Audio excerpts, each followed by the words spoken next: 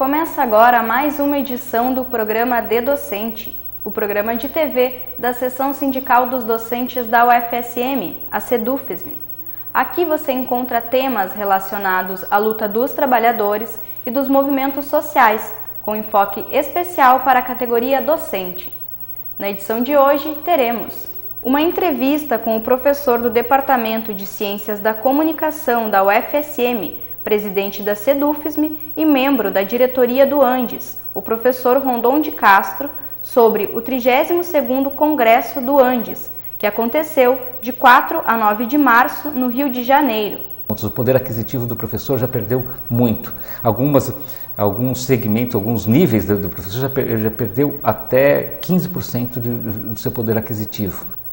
Uma reportagem sobre o Cultura na SEDUFSM, o projeto que o sindicato desenvolve já há 8 anos e que visa trazer palestras, exibição de filmes e shows, entre tantas outras atividades que proporcionem os mais diversos debates com a comunidade santamariense, além do quadro Questões Jurídicas com o professor do Direito José Luiz de Moura Filho. Ou seja, fica fora desta exigência de tempo a participação do servidor em programas de pós-graduação estrito sensu. E como de costume, o comentário semanal do professor Humberto Gabi Zanata. O projeto Cultura na SEDUFSM foi criado ainda no ano de 2005 pela gestão Integração, com o objetivo de desenvolver várias atividades, sempre tendo um fundo de discussão de alguns temas considerados relevantes pelo sindicato. Desde então, todas as gestões que passaram mantiveram o projeto. E nós apresentaremos aqui no De Docente um pequeno apanhado desses 8 anos de cultura na SEDUFSM. Confira! Hoje eu sei que quem me deu a ideia de uma nova consciência e juventude está em casa, guardado por Deus, colocando o metal. Minha dor é perceber que apesar de termos feito tudo que fizemos, ainda somos os mesmos e vivemos. Ainda somos os mesmos e vivemos. Mas ainda somos os mesmos e vivemos com os nossos pais.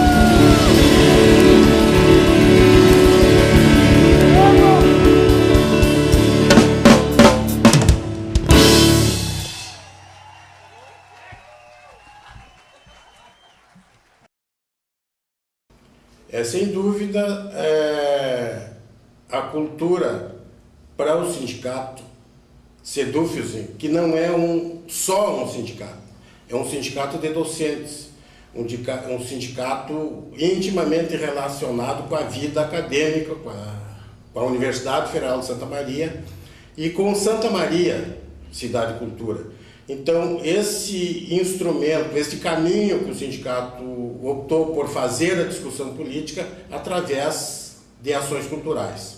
E é importante destacar a luta que o sindicato tem feito ao longo da sua história pelas liberdades de um modo geral.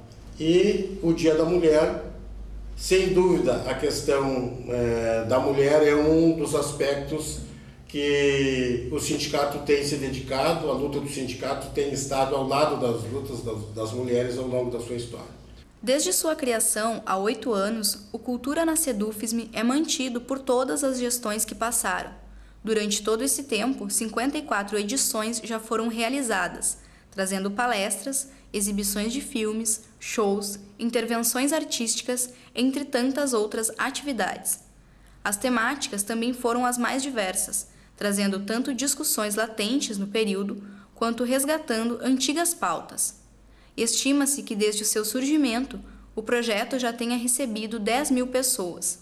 À frente da organização do projeto, a Relações Públicas da SEDUFISM, Vilma Ochoa, nos contou um pouco sobre todos esses anos de atividades. O Sindicato dos Professores da UFSM, através do projeto Cultura na SEDUFISM, contribui nessa retomada das atividades culturais da cidade. Após a tragédia, que matou mais de 240 jovens, na sua maioria estudantes, e o show Graças à Vida, além de homenagear as mulheres, respeita essa perda, respeita essa dor e por isso tem o apoio e a compreensão da Associação de Familiares de Vítimas e Sobreviventes. E é nesse sentido que a SEDUFISM, ao longo deste ano de 2013 e nos próximos anos, trabalhará propondo ações de cunho social e político que busquem paz e justiça para a nossa comunidade, tão fragilizada nesse momento.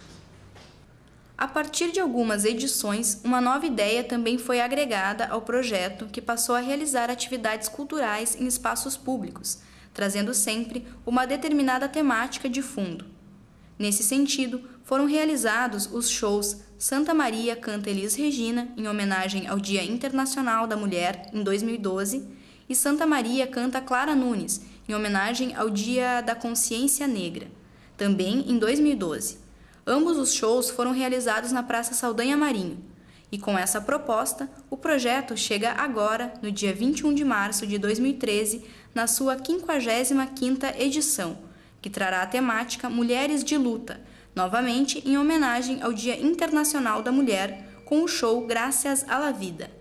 O show, que terá como palco mais uma vez a Praça Saldanha Marinho, tem início programado para as 19 horas e apresentará canções de Violeta Parra, Mercedes Sosa e Juan Baez. O quadro Questões Jurídicas de hoje vai explicar um pouco como funciona o processo de liberação e de afastamento dos docentes para a pós-graduação. Fique agora com o quadro Questões Jurídicas.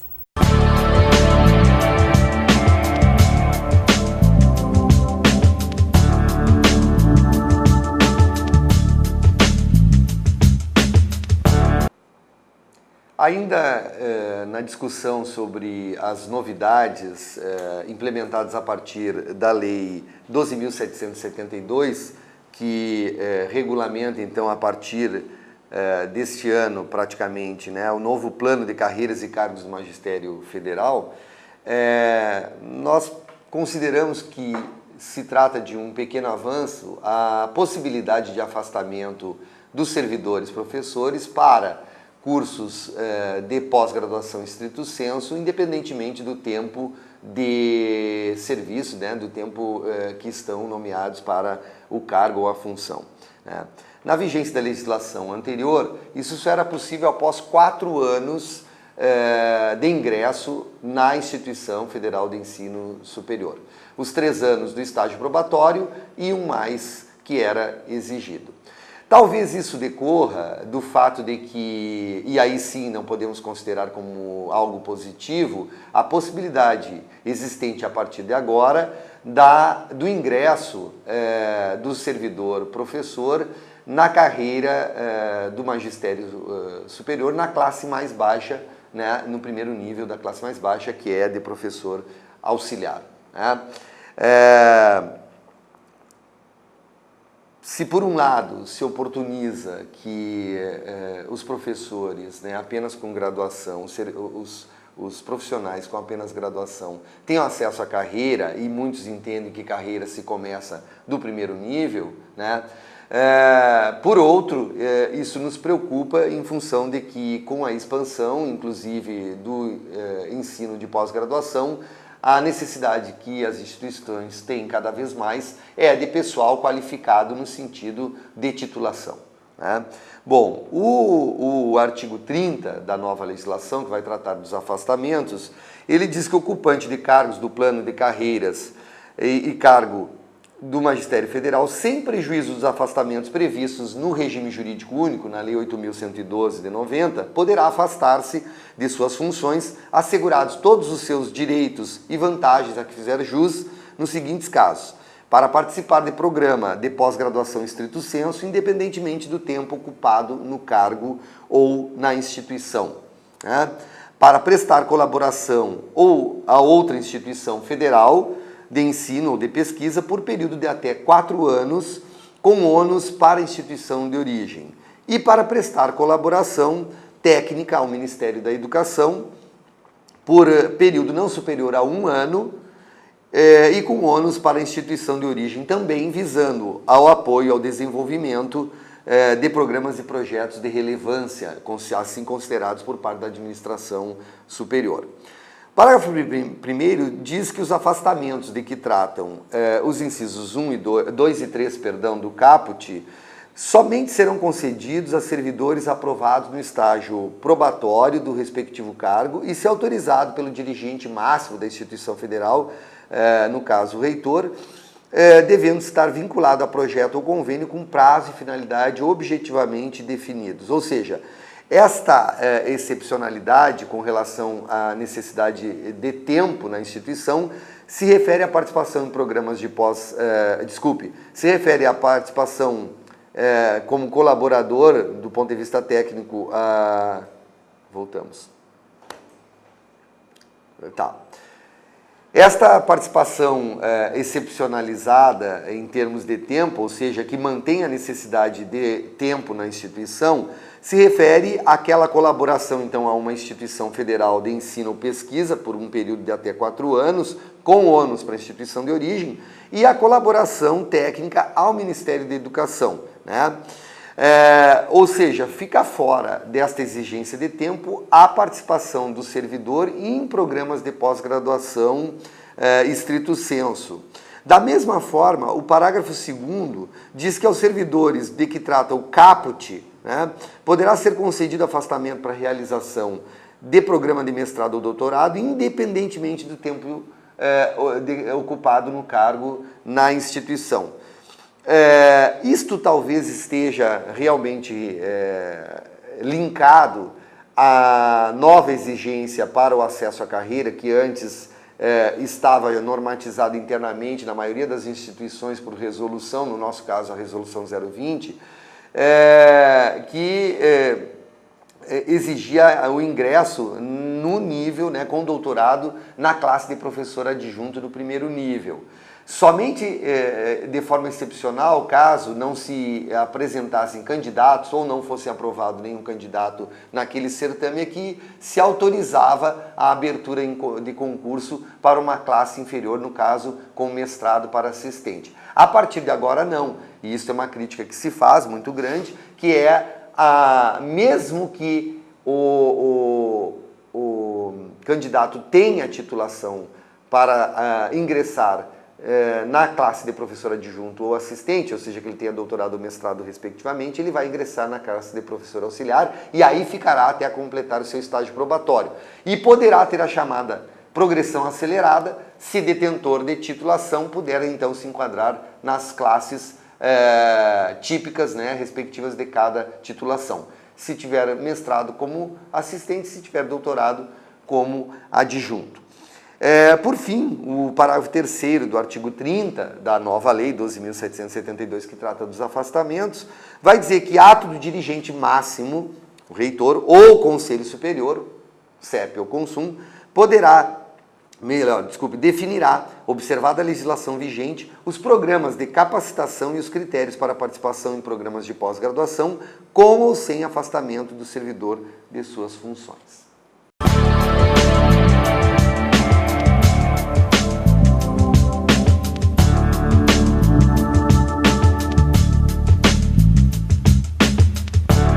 O 32º Congresso do Andes, que ocorreu recentemente no Rio de Janeiro, foi considerado um dos maiores da história do sindicato. A SEDUFSM também esteve presente com delegados, observadores e também membros da diretoria do Andes. Para falar um pouco sobre esse 32º Congresso, está aqui conosco no DEDocente Entrevista o professor do Departamento de Ciências da Comunicação, membro da diretoria do Andes e também presidente da SEDUFSM, o professor Rondon de Castro. Como vai, professor? Muito bem. Então, professor, primeiramente, obrigada pela sua presença aqui no DDocente Entrevista. E para começarmos, já vamos com uma pergunta bem pontual. Se teríamos como apontar as principais deliberações do Congresso? Não há precisamente uma deliberação mais importante, porque o Congresso tratou de milhares de deliberações que influenciam o dia a dia do sindicato. Mas eu acho que nós podemos pontuar a questão da carreira, que foi a primeira coisa assim, da aprovação do plano de carreira pelo governo, que é um prejuízo tremendo para o docente no ensino superior, e que exige dos docentes uma atitude mais forte, mais firme nesse próximo período, que é um plano de carreira que já começa a ter suas repercussões dentro da universidade com relação à admissão de novos professores. Os professores agora passam a ser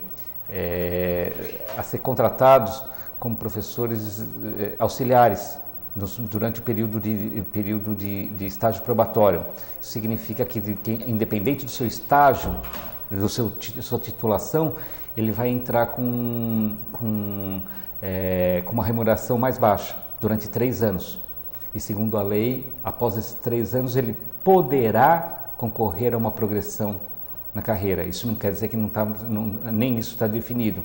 E essa é uma dos impactos que as universidades já estão sentindo, porque a carreira deixa de ser atraente para o profissional titulado. Ele acaba sendo algo que não estimula o professor vir para cá, principalmente para as universidades mais distantes, né? Nós estamos falando de Santa Maria, que fica distante dos grandes centros, Rio, São Paulo, Porto Alegre, há uma distância razoável, mas existem outras muito mais distantes no interior do Brasil, que essas ficaram desassistidas, né? Não atraem. Outra questão até da previdência, né? Que o docente agora é submetido, a partir de agora, que ele entra diretamente a um fundo de previdência privada. Quer dizer, a aposentadoria está jogada para as oscilações da Bolsa de Valores. Se hoje nós estamos com a economia estável, pode ser que no futuro não esteja. E a aposentadoria está submetida a essas oscilações, né? Isso... Outras deliberações em termos a crescente política do governo de privatização. Os hospitais universitários, por exemplo, estão em vias de privatização, o que significa a quebra da autonomia universitária. A universidade, no caso a nossa UFSM, deixa de ter a gestão principal sobre o hospital universitário, que tem um papel de didático pedagógico. Passa a ter uma empresa pública de direito privado, acaba assumindo e tendo a prioridade a manutenção como se fosse um hospital geral, né? Então significa acabar com 100% SUS e captação de recursos via planos de saúde e outros meios. Essas são umas coisas centrais que está pontuando a luta nesse semestre, né? Nós vamos entrar num período já mais complicado de combate de outros segmentos dos professores, né, municipais e estaduais, que já estão entrando em luta e que nós tendemos também a entrar nessa onda. Uhum. Então, professor, você comentou que uma dessas principais deliberações é em relação à carreira docente, que foi uma das principais pautas da greve de 2012, uma das maiores greves da história da categoria. Qual foi a avaliação desse primeiro congresso após a greve que se teve no congresso? Olha, a avaliação que se deu foi o seguinte: primeiro, foi uma greve forte, uma greve que foi acertada. A categoria teve que entrar em greve. Se não tivesse entrado em greve, não teríamos o reajuste que nós tivemos. Um reajuste que ficou muito aquém do que nós queríamos ou podíamos. Naquele instante, nós falamos assim: não podemos parar a greve, porque ainda não fomos atendidos, que a categoria teria perdas, né? O que se revelou correto. Nós paramos a greve. O que deu de reajuste, que foi por segmentos de 25% a 45%, já foi consumido pela inflação. O professor atualmente já está em perda, antes de receber esse reajuste, ele já está tendo perdas. ele já está tendo problemas para pagar suas próprias contas. O poder aquisitivo do professor já perdeu muito. Alguns segmentos, alguns níveis do professor já perdeu até 15% do seu poder aquisitivo. Então, uma avaliação da greve ela foi acertada, houve problemas com uma outra, o governo fechou um acordo com uma entidade que não representa os professores em sua totalidade que o papel do Andes foi decisivo para a gente conseguir a unificação nessa greve. Tanto que esse foi um modelo que esse congresso foi um dos mais representativos da história do Andes. Só teve um outro congresso que teve tantos delegados, tantos representantes como esse. Só um, na década de 90. E mesmo assim, as próprias teses apresentadas pela diretoria do Andes foram aprovadas de ponta a ponta. Né? E votações expressivas, não era uma coisa. Então se comprova que não só a diretoria, com toda a dificuldade que teve, porque ela vem de uma reconstrução, né? De uma tomada, de um retorno do professor, do sindicato à sua base, né? De discussão, ele conseguiu se erguer e mais. Nós tivemos uma adesão muito grande de professores novos, desses professores dessas universidades em expansão, dos cursos reúnem, nós estamos com muito mais professores que estão procurando o sindicato como forma de representação. Então, que é uma coisa espantosa. O Congresso reflete isso. Quem estava lá tinha muito professor novo, que significa a substituição dos quadros dos docentes. Os profissionais puseram coisa com uma vitalidade tremenda. Houve dias de tanta discussão, que nós varamos noite e 2, 3 horas da madrugada tinha gente se inscrevendo em fila para poder falar. Isso de madrugada. E não foi para plenário vazio, não. Tinha plenário que tinha muita gente no plenário, de madrugada. Então, daí você tem uma ideia que é uma mudança de mentalidade, houve uma discussão, a avaliação é positiva, que ela foi necessária e a greve ainda é um instrumento necessário do professor universitário. Não descarta a possibilidade dessa discussão voltar agora. Não se descarta, depende de como o movimento vai se encaminhar. Mas nós temos certeza que isso oficialmente decidido em Congresso é que a greve foi o caminho tomado. Se não fosse a greve, o governo não daria nada, absolutamente nada. Ele não tomaria nenhuma medida no favor do atendimento ou dar uma resposta, mesmo que errada, ao docente. Eles passariam como um trator em cima dos docentes, do movimento docente, ou da universidade, né? A gente agradece novamente a sua participação aqui no D-Docente Entrevista. Eu que agradeço. Agora vamos ao comentário semanal do professor Humberto Gabi Zanata. Se alguém tinha dúvida sobre a vitalidade do movimento sindical universitário dos professores brasileiros, o 32º Congresso do Andes, Sindicato Nacional, confirmou esta vitalidade. Uma vitalidade que não aparece nos movimentos grevistas e que também não aparece nas demonstrações imediatas, passeatas ou carreatas em que o movimento docente manifesta a sua vitalidade. Quem teve a oportunidade de participar ou de acompanhar pelos meios disponíveis, pôde perceber que há uma dinâmica muito grande e uma vitalidade muito grande, não apenas de jovens professores, mas também de novas ideias do sindicalismo brasileiro.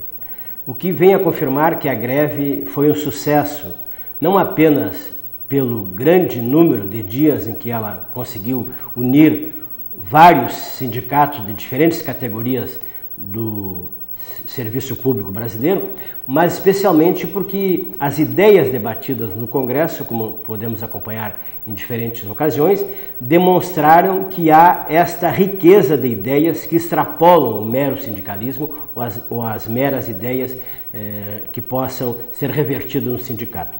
Há uma preocupação muito profunda com a realidade da universidade brasileira atual, não apenas voltada para aquilo mais imediato que se pode pensar no ensino, na pesquisa, na extensão, na administração, nos projetos, enfim, mas especialmente nesta visão do país que temos e do país que queremos. E afinal, isso pode ser comprovado ao longo do empenho que se fará nas lutas de 2013, que não escondem a realidade de um país que todos nós queremos melhor. Aliás, como melhor todos nós queremos um mundo que a partir desta semana tem um novo pontífice, um novo papa latino-americano do terceiro mundo, o primeiro não italiano depois de décadas, de séculos, e além disso um padre da Ordem da Companhia de Jesus, dos jesuítas, que tem uma tradição muito grande no mundo, mas que também tiveram uma marca muito profunda no Brasil e aqui bem perto de nós, nas missões. Tomara que este pontificado de Francisco, na simplicidade que o nome seja de Francisco de Assis, possa significar, ou de Francisco Xavier, o evangelizador, o missionário, possa representar, seja também um significado de que o terceiro mundo terá vez, a partir de agora, na igreja. Significando o quê? Que a igreja volta-se também para os pobres, para os oprimidos e rediscute, ao menos, esta possibilidade de novas demandas, seja com o nome de teologia da libertação, mas acima de tudo de uma igreja que deve ser uma igreja de todos, não apenas a igreja da Cúria e do mundo romano. Um bom programa a todos nós e até o próximo Docente Decente. O D-Docente de hoje termina aqui, e já que falamos sobre o Cultura na Sedufism, aproveitamos para convidar a todos para participar da próxima edição do projeto, que fará uma homenagem ao Dia Internacional da Mulher. O show Gracias a la Vida, Mulheres de Luta, ocorrerá na Praça Saldanha Marinho no dia 21 de março e terá canções que foram eternizadas nas vozes de Mercedes Sosa, Ron Baez e também Violeta Parra. Fique agora com algumas imagens dos ensaios para o show. Obrigada pela audiência e até a próxima edição do programa D-Docente. Ay, esta noche se puede, se puede. Ay, esta noche se puede, se puede. Se puede cantar un sol. Sueño y fulgura.